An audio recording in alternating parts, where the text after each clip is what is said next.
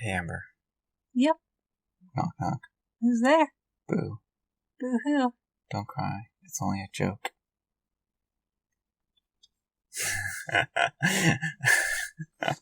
Amber's like, why do I have to do this knock-knock joke with you, Brian? It's completely unprompted. She actually just went through with it instead of being like, Brian, whatever, stop it. Howdy, folks. I'm Brian. I'm Amber. And here's some Reddit. Our first letter is titled, Am I a jerk for refusing to quit school? Stay in school. That's all I need to say here. I'm a 20-year-old male and I live at home while I attend our local university. My dad has always told me that I could live at home for free as long as I was in school. That was the reason why I chose my local university instead of the others where I was accepted. I am still working a full-time job, working about 50 to 55 hours per week, so a nice amount of overtime. While I'm on summer break out of school, I also have a side hustle that I do year-round that brings in some money. I've been paying my dad about $500 a week as well as paying for internet, buying some groceries, and treating us with takeout sometimes. My family, dad, stepmom, stepbrother, an 8-year-old male, stepsisters, 6 and 4, are really struggling right now. My dad lost his job in March, and while he's working, he's making less than he used to. My stepmom is working part-time in the evenings. Anyways, I'm due to quit my construction job in the 3rd week of August and take a week off before classes start. Dad came to talk to me. He said that he doesn't want me to quit my job, that he needs me to keep working and bringing money in. I said no, there's no way I can work and go to school. He said that I should take a year off and that my family needs me to step up.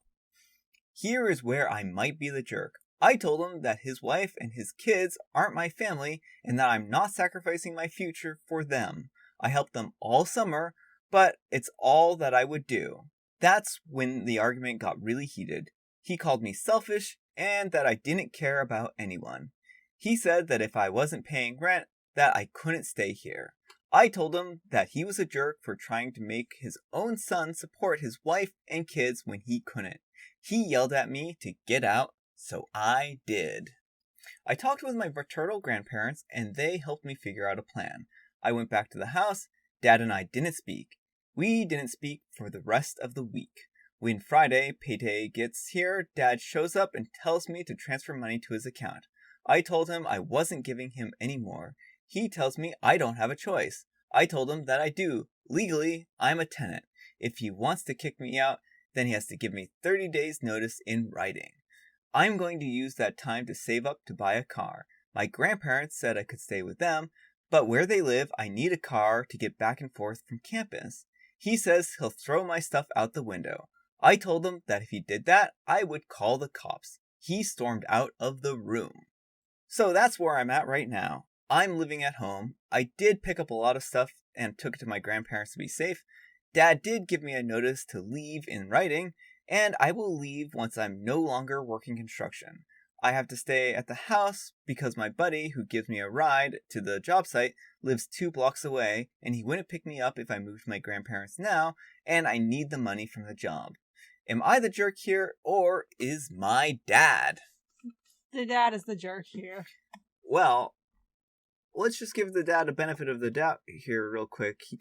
His dad told him that he could always live at home for free as long as he was in school. And it sounds like his dad has totally been keeping up on that end of the bargain. By charging him $2,000 a month. I don't know where the dad is getting off on this whole thing. I understand that things are tight and that things are stressful, but this was an awful lot to ask out of your son.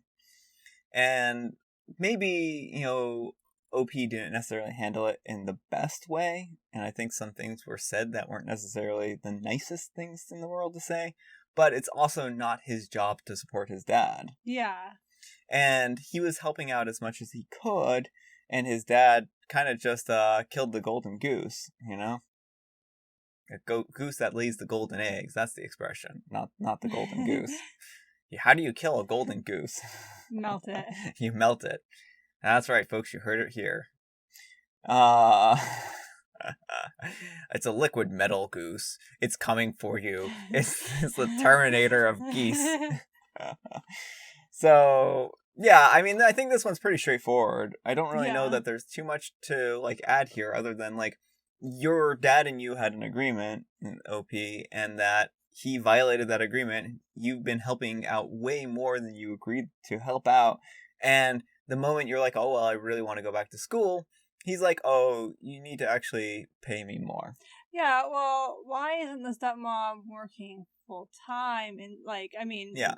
maybe it's hard finding childcare or something like that, but they're between the two adults, they need to find a way to the two parents. They need to find a way to work things out. It shouldn't fall to OP to support them. Yeah. It's an unfortunate situation, Oh, yeah. for sure. But OP's let them know what they can afford. And I think under the pretense of the original agreement, OP was going above and beyond here. Oh, yeah, absolutely. I mean, I can't even think of a place around here that charges $2,000 a month. Like, that's a lot of money to be paying in rent. And that's probably why his dad wants him to keep working, is because he's giving him $2,000 a month plus internet and groceries. Yeah, well, I mean, I know some places have a high cost of living, and maybe they just live in a place where rent is astronomical. Like New York City, for instance, has really high rent.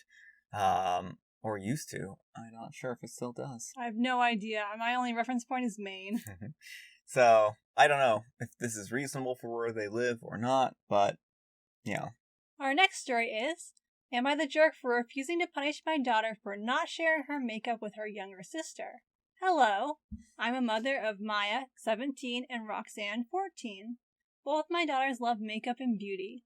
When they were younger, I used to get them equal makeup tools, but now Maya has a job and buys her own makeup with different, more expensive brands. Unlike Roxanne, Maya is responsible with her makeup and beauty products. She keeps them organized and doesn't lose them easily like Roxanne often does. As a result, Roxanne doesn't have much makeup stuff, and recently this issue occurred. Oh, it's a wall of text. Maya got paid last week and went shopping with her friends and bought makeup products. Roxanne saw the stuff Maya bought since they share a room, and then came to me and her dad complaining that Maya refuses to let her use the makeup products that she bought. My husband asked Maya if it was true, and Maya said the makeup she bought cost her money and effort at the job, and she didn't think it was fair to share with her sister since she keeps losing/ruining it all the time, forcing Maya to buy more and cost her more money and work. My husband told her that this wasn't right and she should share the stuff she buys with her younger sister. Maya said no, which caused my husband to say he'd punish her for how mean she was being toward her sister Roxanne. Maya still said no, and my husband had told her to go upstairs and then turned to me and said Maya needs to be punished for treating her sister cruelly and making her cry. I told him I don't see a valid reason to punish Maya since she did nothing wrong. He was puzzled, chuckled, and asked if I really don't see what's wrong with Maya's behavior. Oh, you poor misguided thing. I responded that Maya worked hard to earn the money and buy her makeup, which she rightfully deserves to keep for herself. He got upset and said I was treating the girls differently and showing heavy favoritism toward Maya after I said I won't punish her for not sharing. I stated that it wasn't Maya's fault her sister keeps losing the makeup products, but he said Maya needs to learn to share with her sister since they both have the same interest in makeup.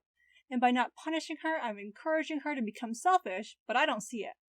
He called me negative and short-sighted for not understanding what he was talking about and accused me of being more of a friend to Maya than a mom, which is what I should be.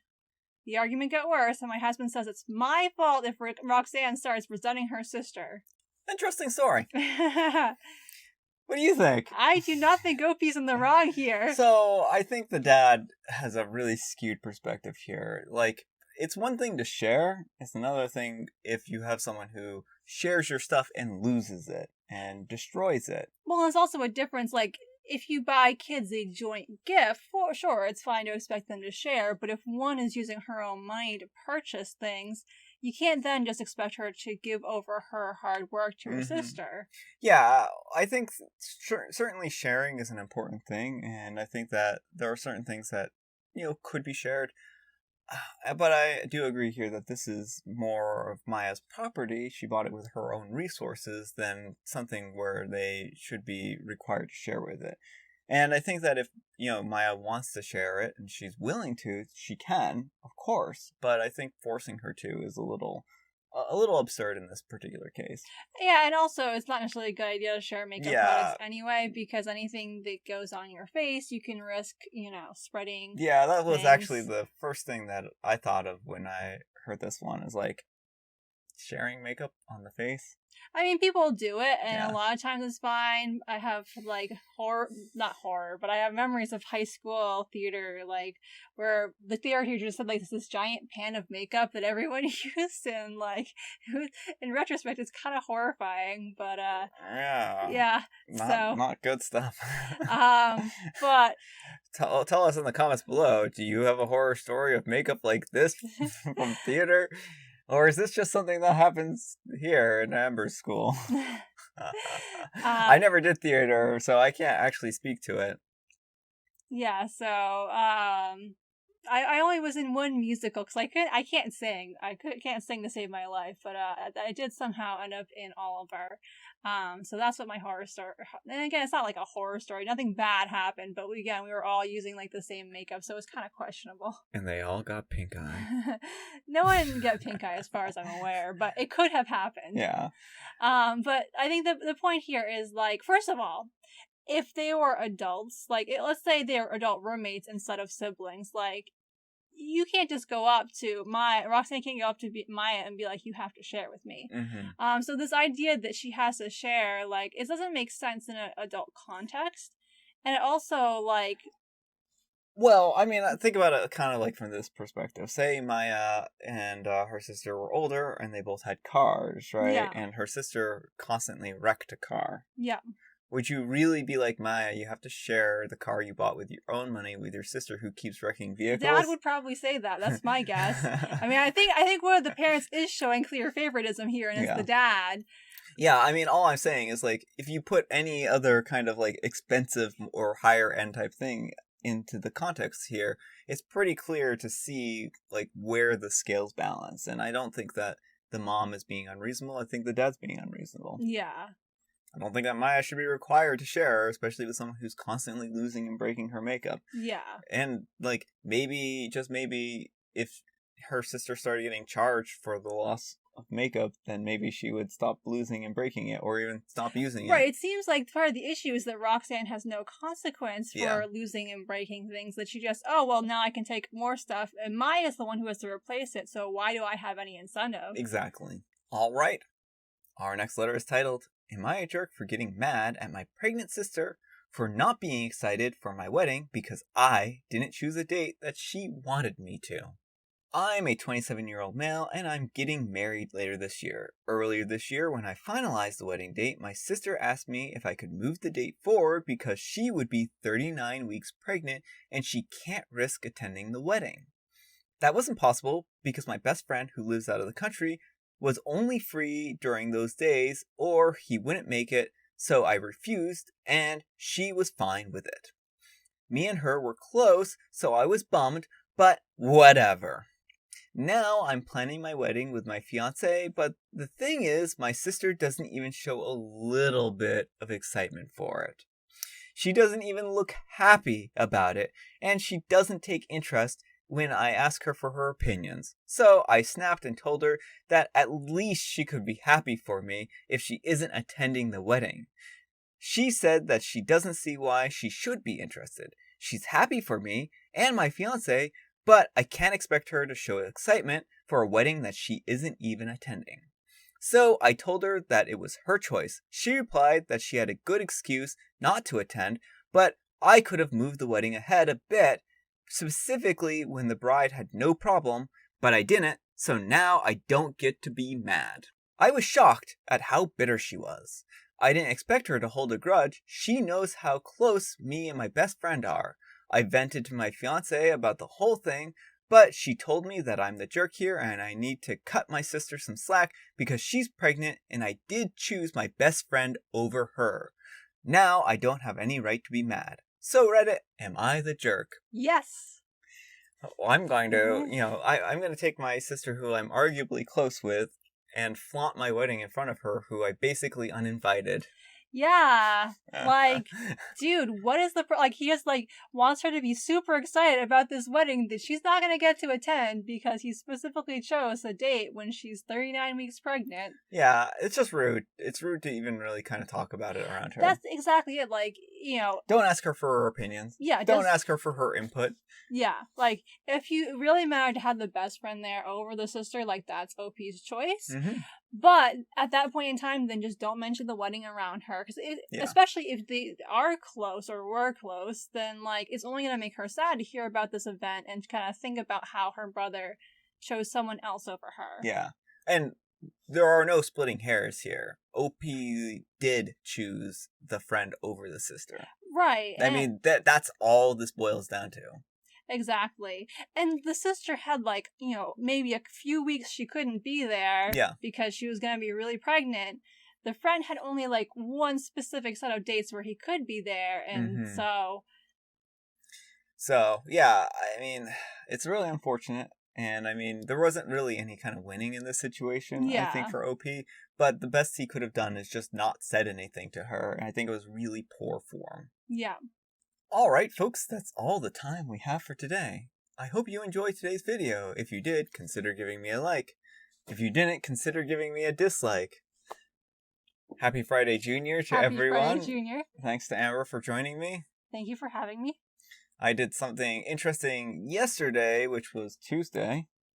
So I have a great uncle Carlton. Well, I had a great uncle Carlton. Well, I've never personally had him. I never knew him. This story gets better and better the more I tell it. But in Bangor, Maine, he was actually the only resident and the first casualty of World War II to the state of Maine. So they were rededicating a bridge that was kind of crumbling apart, and so I was actually able to go and see that rededication, and there's a couple pictures out there. Maybe I'll edit them in here so you can see them. Just so that I could it was really nice. It was really nice of the city to include us in that. It was a huge honor to be able to be part of that, ceremony, and recognizing him and remembering him, and so I was hugely honored. So that's what I did yesterday. And my family came up too, so we hung out with my family for a little bit, which was really nice. So that's my exciting story. You have any exciting stories? I don't know. I've just been writing and reading and that sort of stuff, Instagramming. Amber's reading Cujo. I'm reading Cujo, yes. She doesn't like it. It's just kind of monotonous. Like, Stephen King is great at character development, but he spends so long, and if like the characters aren't interesting to me, then it's like you gotta get through like 80 pages of just like finding out all these little details of the minutiae of their life before he gets actually into the story. And so it's not a bad book, like it's well written, but I just don't care for the characters. They just don't interest me. So that's that. Thanks so much for watching, and we'll see you all tomorrow. Bye. Amber's just gonna abandon it before I even press the stop button. You all can watch her walk away now. Bye, Amber. Bye. I'm just gonna keep going here.